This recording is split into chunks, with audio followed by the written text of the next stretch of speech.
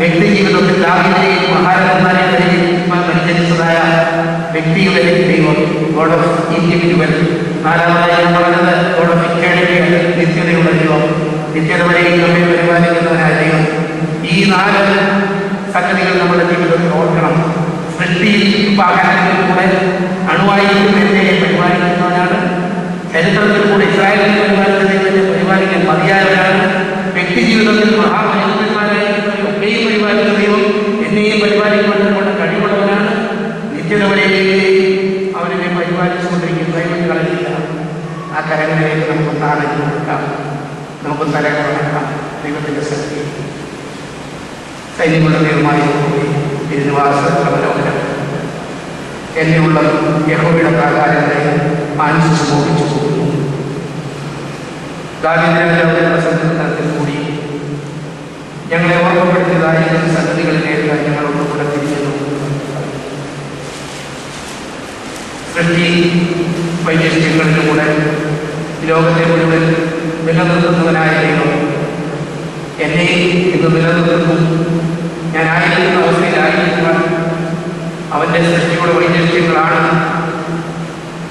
പര്യാപ്തമായിരിക്കുന്നത് നോക്കുവാൻ തരണം എന്നെ ബലപ്പെടുത്തണമേ. ചരിത്രത്തിൽ കൂടെ ഇസ്രായേലിനെ കഠിന കൃഷ്ണമണി പോലെ നോക്കി പരിപാലിച്ച് വഴി നടത്തുന്നവനായിരിക്കുന്ന യഹോവ ഇന്നും ജീവിക്കുന്നുവെന്ന് ഓർക്കുവാൻ തക്കണം ഇടയാക്കണമേ.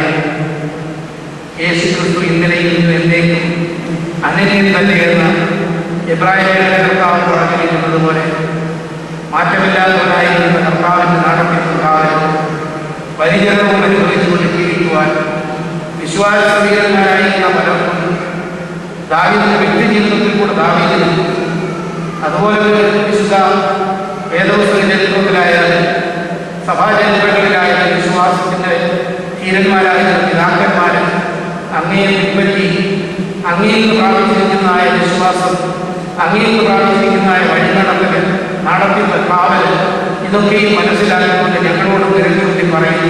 യഹോവ നിന്റെ പരിപാലകനാണ്. പല ഭാഗത്തും പ്രളയമായിട്ടുണ്ട്.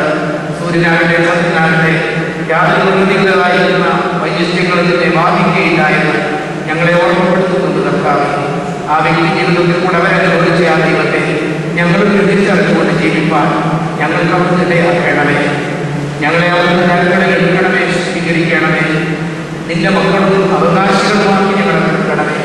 ഈ പരിശുദ്ധനായ പിതാവിന്റെ മധ്യസ്ഥതയിൽ അഭയം പ്രാപിച്ചുകൊണ്ട് ഇവിടെ വന്നിരിക്കുമ്പോൾ ആ പിതാവിൽ ഉൾക്കൊള്ളുന്നതായ വിശുദ്ധിയുടെ ഒരംശമെങ്കിലും ഞങ്ങളിൽ കാണപ്പെടുവാൻ തക്കവണ്ണം ഞങ്ങളുടെ ജീവിതത്തെ ഒരു രൂപാന്തരപ്പെടുത്തണമേ കർത്താവേ.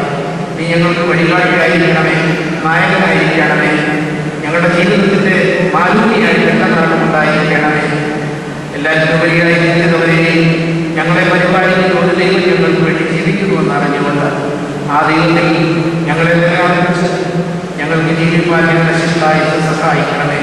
കുറവുകളോ കുറ്റങ്ങളോ ഞങ്ങളിലുണ്ടെങ്കിൽ അവയൊക്കെയും അവിടുത്തെ പുത്രന്റെ നാമത്തിൽ അവിടുന്ന് കഴുകി വെടിപ്പാക്കി ഞങ്ങളെ ജീവനും ചൈതന്യമുള്ളവരാക്കി രൂപാന്തരപ്പെടുത്തണമേ എന്ന് പ്രാർത്ഥിക്കുന്നു. അന്ധകാലത്തിൽ വിളിക്കപ്പെട്ടവരാകുന്ന ഓർമ്മ ഞങ്ങളെ ഭരിക്കണമേ.